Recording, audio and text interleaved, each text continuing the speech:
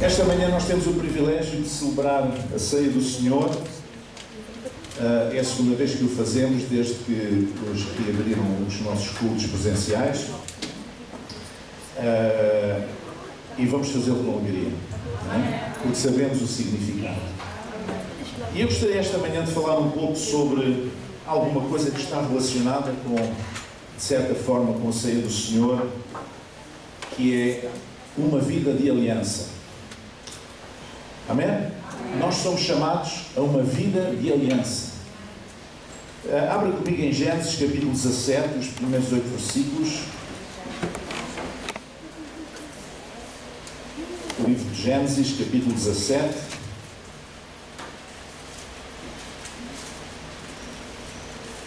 A começar no primeiro e até ao versículo 8.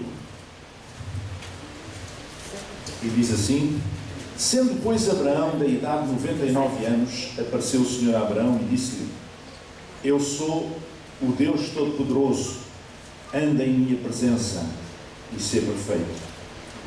E porém o meu concerto entre mim e ti, e te multiplicarei grandissimamente.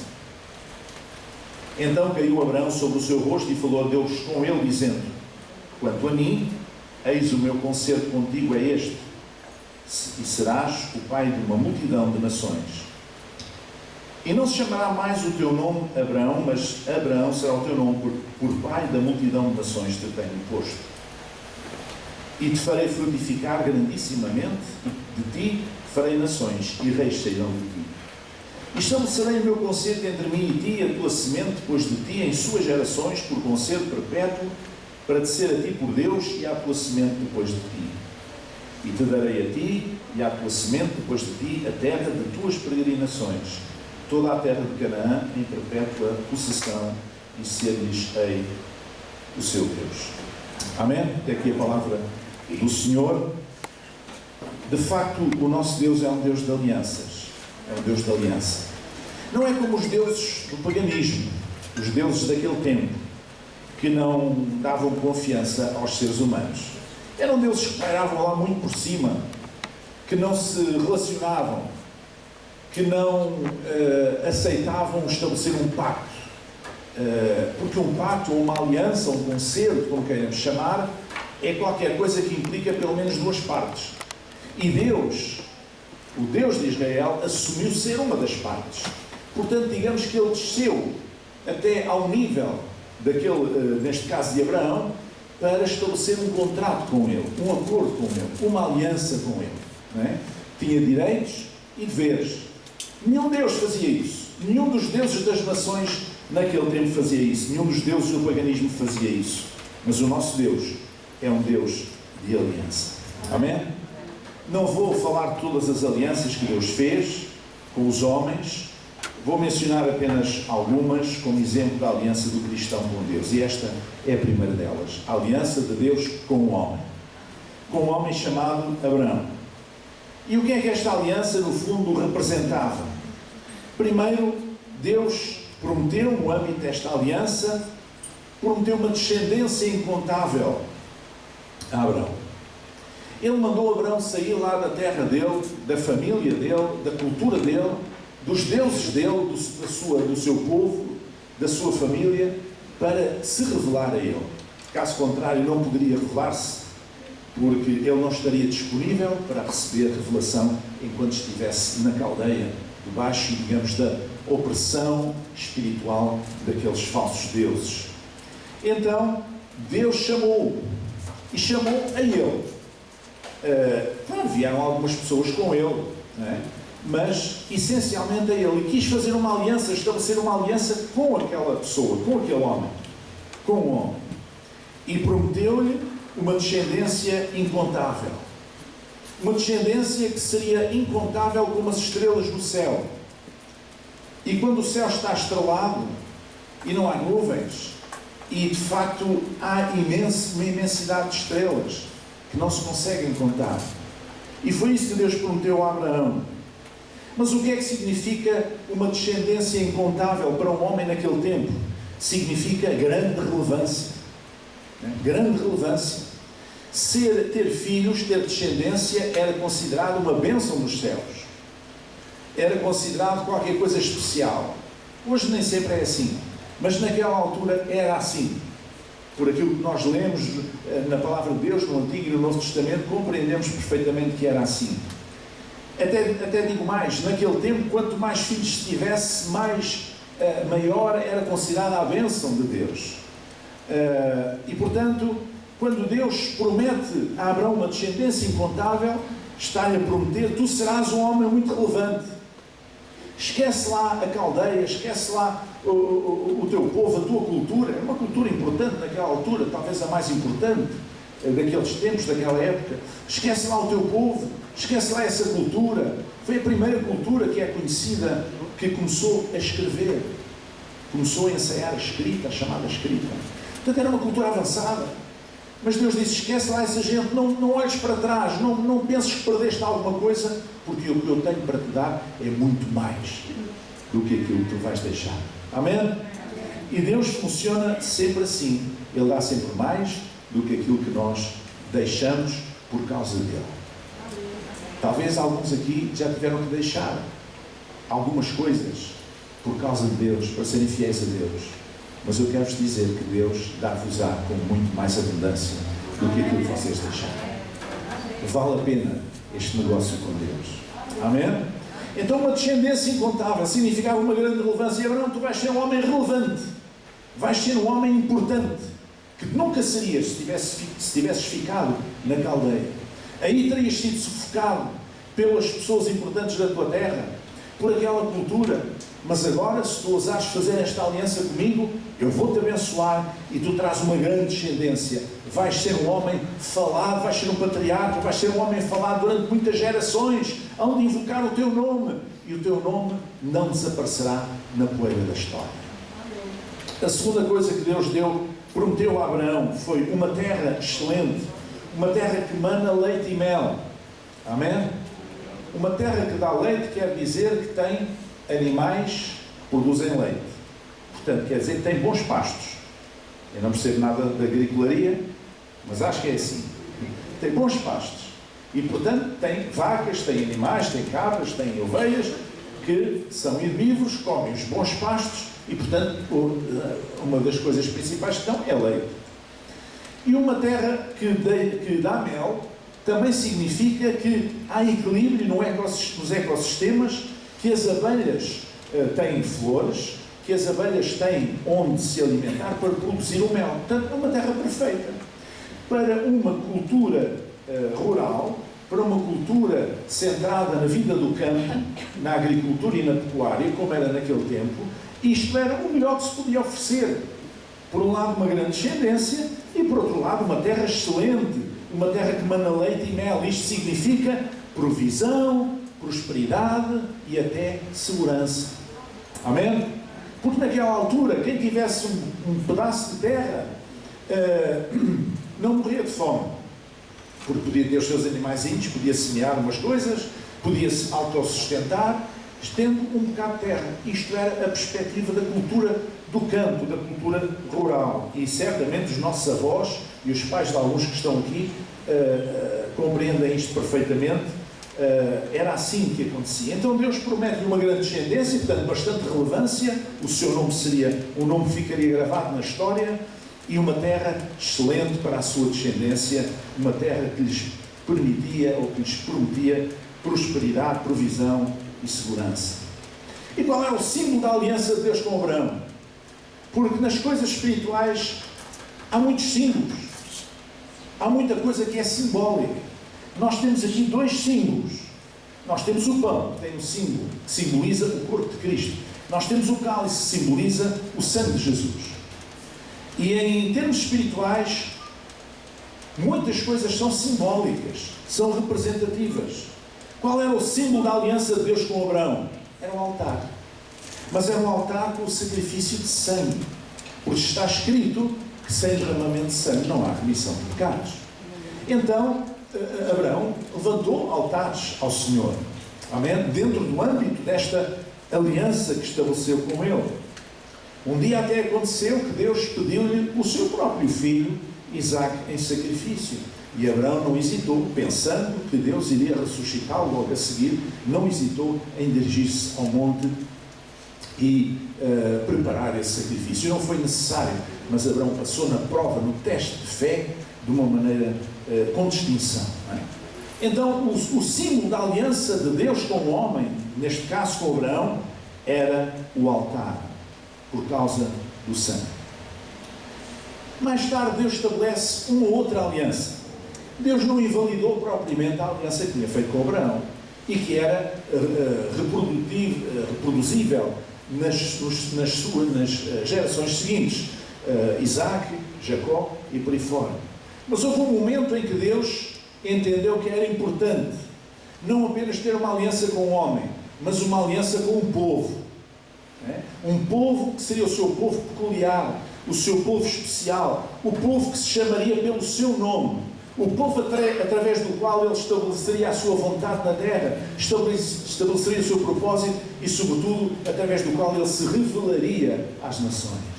E esse povo é os hebreus, o povo do antigo Israel. Então Deus estabeleceu uma aliança com o povo, descendência de Abraão, uma aliança, não agora com o homem, mas com o povo. E esse povo, Deus deu, no âmbito dessa aliança, uma identidade enquanto povo. Seria um povo diferente no meio das nações. E de facto Israel era o único que tinha um só Deus, Criador dos céus e da terra. Todos os outros povos à sua volta tinham uma multidão de deuses. Eram politeístas, tinham muitos deuses. E Israel trouxe esta novidade, digamos assim, um Deus único, Criador dos céus e da terra. Então era um povo especial, era um povo diferente, era um povo diferente dos outros povos. Era o povo de Deus.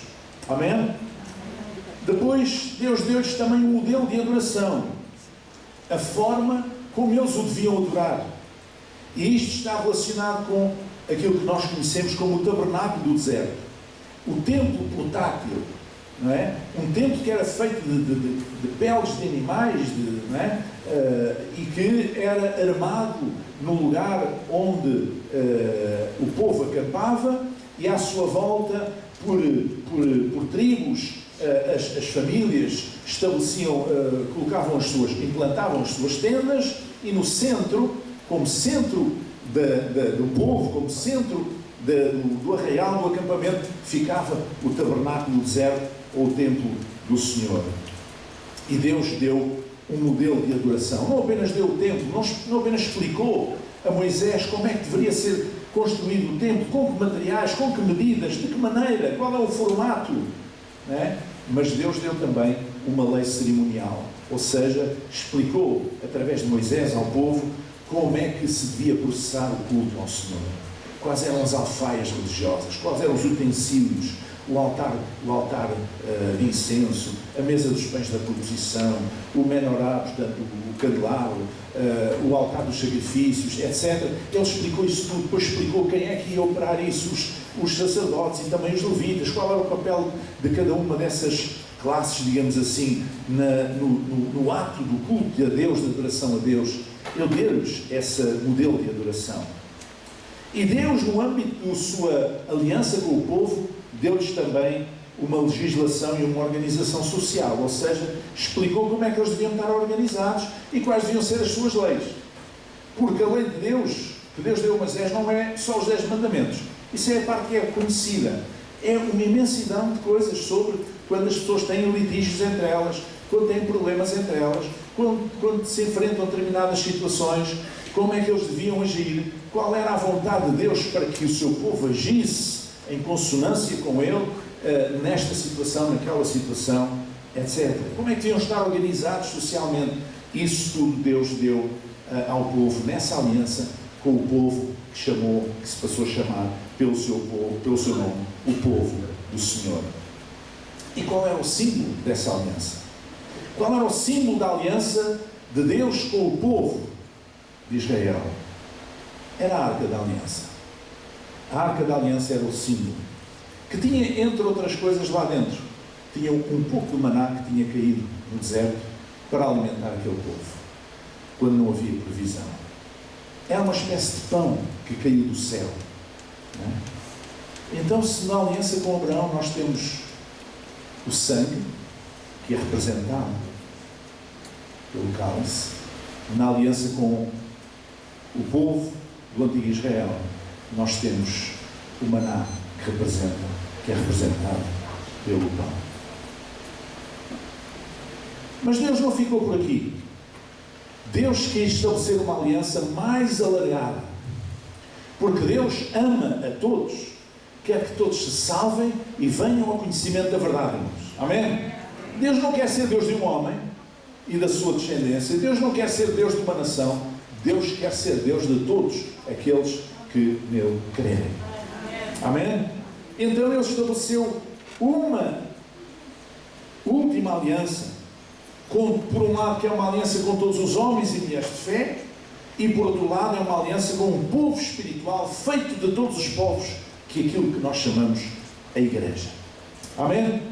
Enquanto nós estamos aqui a celebrar a Deus, há milhares e milhares e milhares de pessoas que estão a celebrar noutros lugares.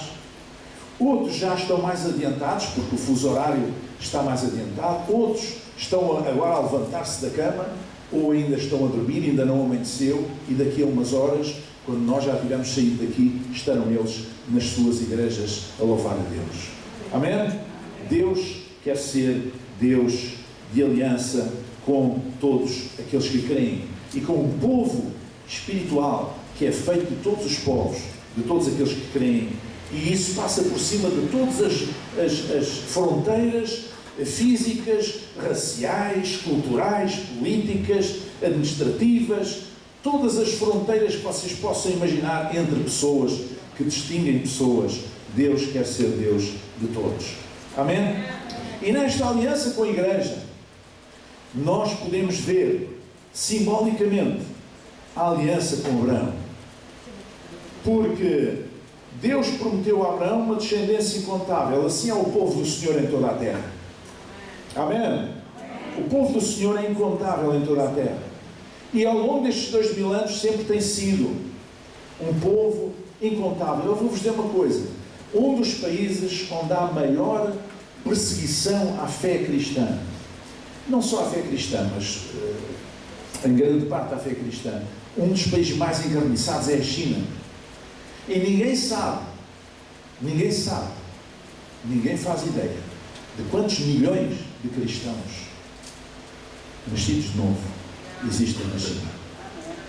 Um dia que aquele regime caia e que haja liberdade e que as coisas se saibam, eu creio que nós vamos ficar muito surpreendidos. Amém? Até porque a Igreja prospera debaixo da perseguição.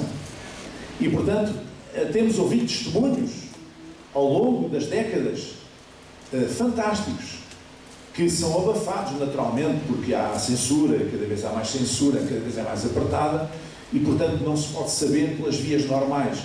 Mas pessoas que estiveram na China, que têm estado na China, têm passado por lá, contactos que têm tido, eles sabem coisas fantásticas que estão a acontecer. Numa certa fase, há algum tempo atrás, nós tínhamos aqui alguns jovens chineses que foram perseguidos por serem cristãos na sua terra. Tiveram que fugir, cujos pais foram presos. Eles nem sabem se são vivos ou são mortos. E nós os recebemos de braços abertos, não é? Portanto, nós não sabemos, mas há um povo incontável. Se o povo, a descendência de Abraão, é incontável como as estrelas do céu, o povo do Senhor, aleluia, é muito mais incontável. Então, Deus cumpriu a aliança com Abraão também na sua aliança com a Igreja. Deus prometeu a Abraão uma terra excelente, e assim é também o território espiritual que Deus nos tem dado, e é que nós chamamos o reino de Deus. Não é um território físico, não é um território espiritual. E a Bíblia ensina que este reino não é como os outros reinos, que muitas vezes, no tempo da monarquia, eram caracterizados pela comida e pela bebida, pelo fausto da corte, pelas roupas de seda, de excelência. Eles não tomavam banho, por baixo daquilo cheiravam mal de se farta, mas tinham umas roupas caríssimas de seda da vinha da China e mais não sei o quê. Não é? Não. Porque a Bíblia diz que o reino de Deus não é comida nem bebida, e nós podemos aproveitar, também não são tecidos finíssimos, não são riquezas, mas o reino de Deus é justiça, diga comigo. Quero ouvir justiça, paz e alegria no Espírito Santo. E começa por justiça, não é por um acaso qualquer. É que sem haver justiça não pode haver paz. E se não houver paz não há alegria. Amém? E o reino de Deus é isto. Este é o território espiritual de excelência. É um território espiritual que mana leite e mel. Amém? Quantas vezes nós nos alegramos, mesmo debaixo da aflição, na presença de Deus, como se estivéssemos a saborear aquele mel fantástico, ou um leite apetecível, como nós estivéssemos a saborear os melhores produtos da terra. É um território espiritual chamado o Reino de Deus, que Deus nos tem dado. E aí, assim, Deus também cumpriu em nós, digamos, espiritualmente, estas promessas a Abraão. E se nós olharmos para o símbolo da aliança de Deus com Abraão, que era o altar com o sangue, ou o sangue do altar, então nós temos de facto o cálice, porque Jesus disse: este é o meu sangue que é vertido por vós. Amém? Então podemos dizer que a aliança com Abraão se cumpriu na igreja também.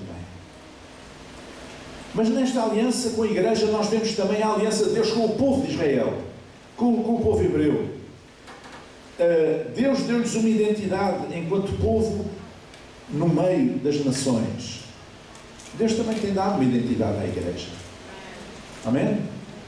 E a minha preocupação, a minha grande preocupação, irmãos, é justamente esta: que a igreja seja sábia para não perder a sua identidade, para não vender a sua primogenitura por um qualquer prato de lentilhas. Que façam aquilo que Deus mandou fazer, que falem profeticamente à sociedade, que falem ao mundo a palavra de Deus, que não se envolvam com o mundo nas coisas deste mundo, mas que falem ao mundo a palavra de Deus. Este é o papel da igreja. Esta é a nossa identidade. A nossa identidade, nós não somos uma coletividade. A igreja não é uma coletividade. A igreja local não é uma coletividade, não é uma sociedade de cultura, não é uma sociedade de recreio, nem uma sociedade de desporto. Pode ter lá isso tudo, mas não é isso. É muito mais do que isso. É qualquer coisa muito mais importante do que isso. Estamos a falar do reino de Deus. Temos uma identidade especial, que nenhuma instituição humana pode comparar-se àquilo que é a importância da Igreja de Jesus, uma igreja bíblica, uma igreja de Jesus.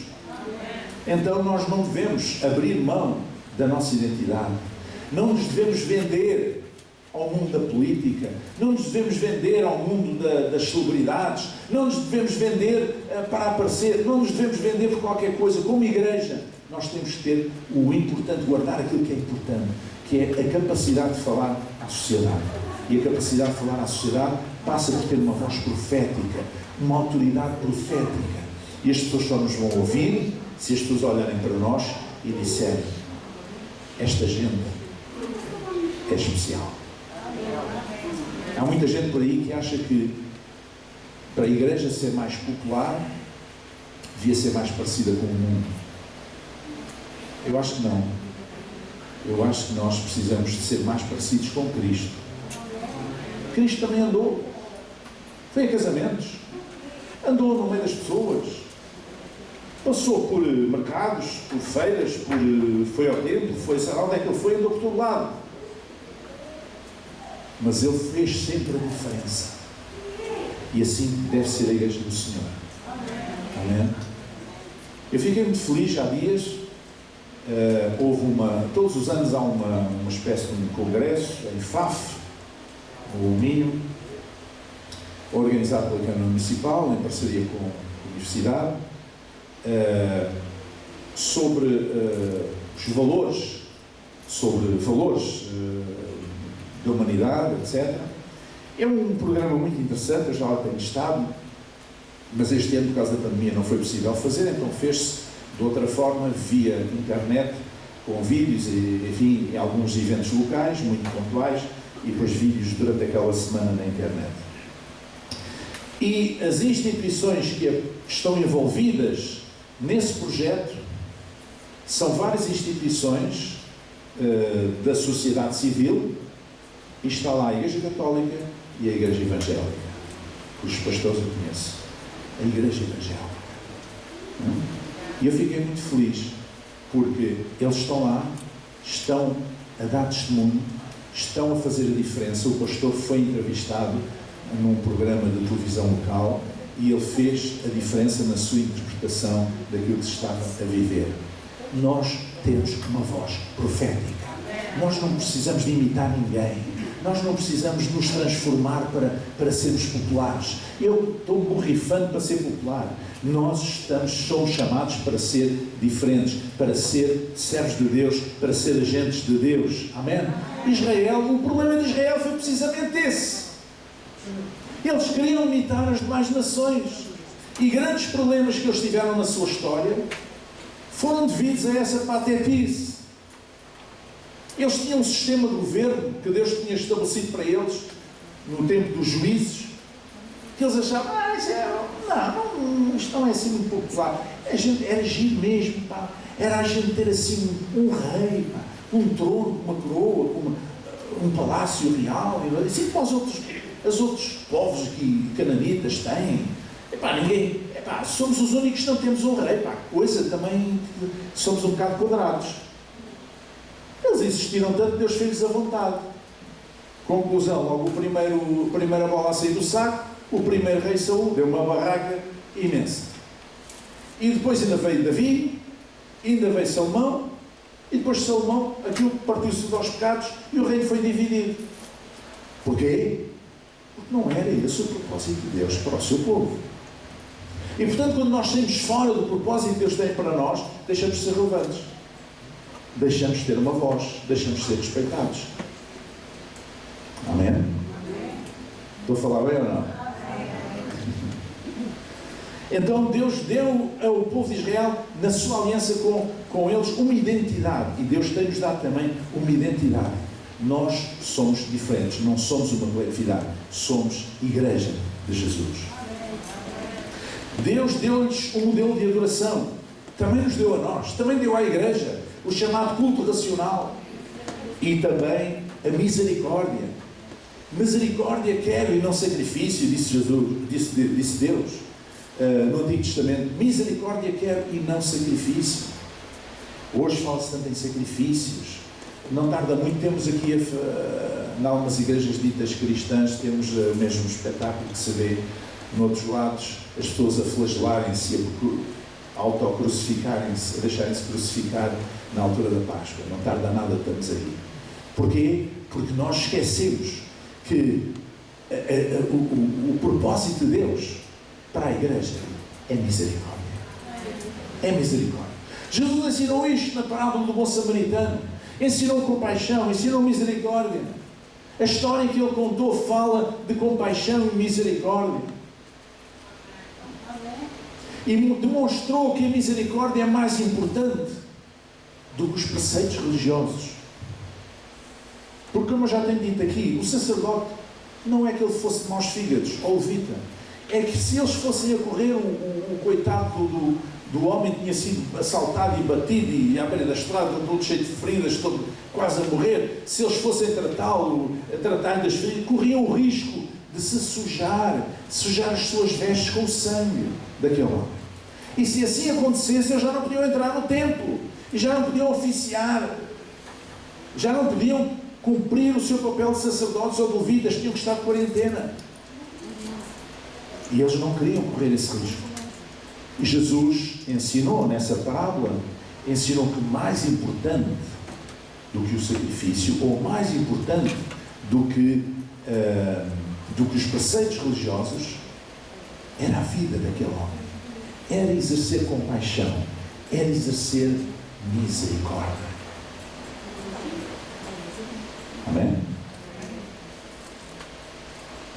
Então, o modelo de adoração que nós temos, além do culto racional, é a misericórdia. Deus também nos deu uma legislação e uma organização social, que é a Bíblia, a ética cristã, aquilo que a Bíblia ensina sobre a Igreja, a organização da igreja. Isso está na palavra de Deus. Deus deu-nos essa, também através da sua palavra, essas orientações. E qual é o símbolo da aliança que Deus fez com a igreja? Está aqui. É este. O símbolo da aliança de Deus com a igreja é este. Onde está representado o sangue, onde está representado o corpo de Cristo. E a vida, a nossa vida, só faz sentido se for uma vida de aliança com Deus. Vocês vejam que Abraão foi justificado pela fé. Não é? Foi justificado pela fé. Foi declarado justo aos olhos de Deus pela fé. Os israelitas, porque ele tinha uma aliança com Deus, os israelitas também tinham uma aliança com Deus, mas não foram justificados pela fé, porque eles eram desobedientes, eram relapsos. Não é? E nós, em aliança com Deus, somos justificados pela fé na pessoa e na obra de Jesus Cristo. É por isso que a palavra de Deus diz: todo o que crer, todo aquele que crer. A salvação é uma porta escancarada para todo aquele que crer. É através da fé e da lei do amor, em nome de uma aliança eterna, uma aliança que vai até à consumação dos séculos e que está representada neste símbolo, que é esta mesa. Quando nós vamos tomar o cálice, não é o sangue de Cristo que está aqui. É o mesmo líquido, mas simboliza o sangue de Cristo. E em fé, nós estamos a dizer ao tomar este cálice: Senhor, eu estou a beber o teu sangue simbolicamente, porque eu me identifico com a tua morte. Quando nós tomamos o pão, não passa a ser nenhum pedaço do corpo de Cristo. Continua a ser pão, mas em símbolo representa o corpo de Cristo. E nós podemos dizer: Senhor, eu tomo este pão, o teu corpo, simbolicamente, porque eu me associo, eu me identifico com a tua morte. Eu quero que tu vivas dentro de mim. Eu estou a tomar estes símbolos porque eu quero que tu vivas, continues a viver dentro de mim. Eu quero ser mais parecido contigo. Sabe que os povos, alguns povos primitivos, antropófagos, eles comiam o coração, por exemplo, e mesmo sem ser antropófagos, comiam o coração de animais. Por exemplo, o leão, comiam o coração, porque pensavam que eu agora vou comer o coração, vou ter a força do leão, vou ter a coragem do leão. Ou às vezes os inimigos também, nos casos dos povos antropófagos, os inimigos que eram bravos, não é? Quando eles os venciam e matavam, eles comiam uma parte do seu corpo, digamos, para incorporar em si a força e a coragem daqueles inimigos. Eles acreditavam nisso. Nós não acreditamos nisso, mas simbolicamente, ao tomar o pão e o cálice, nós estamos a dizer: sim, Deus, eu quero renovar esta aliança contigo, esta aliança eterna, até à consumação dos séculos. Eu quero ser parecido contigo.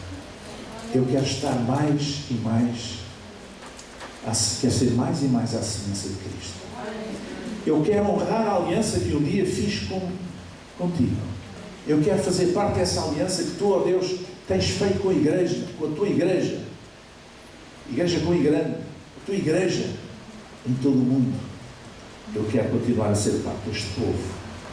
Eu quero que tu sejas o Senhor da minha vida, que continues a ser o Senhor da minha vida em todas as coisas.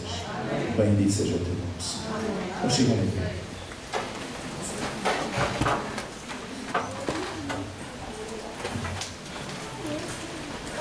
Senhor nosso Deus e Pai, nós te louvamos e exaltamos, Senhor, esta manhã. Te agradecemos porque temos sido chamados a uma aliança eterna contigo, Senhor.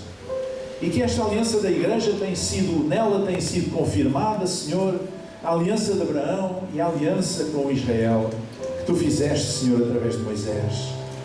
Ó Deus, nós te agradecemos porque temos sido chamados a ser o teu povo, Senhor. Temos sido chamados a este território espiritual chamado o Reino de Deus. Temos sido chamados, Senhor, a viver neste lugar espiritual onde tu és Rei, Senhor. Por isso, sê, Pai, o Senhor da nossa vida. Guia-nos em todas as coisas. Que a minha mente, alma, corpo e espírito, Senhor, sejam sujeitos a Ti, Pai, em todas as coisas. E quando mais adiante, Senhor, vamos celebrar estes símbolos, celebrar a ceia, Senhor.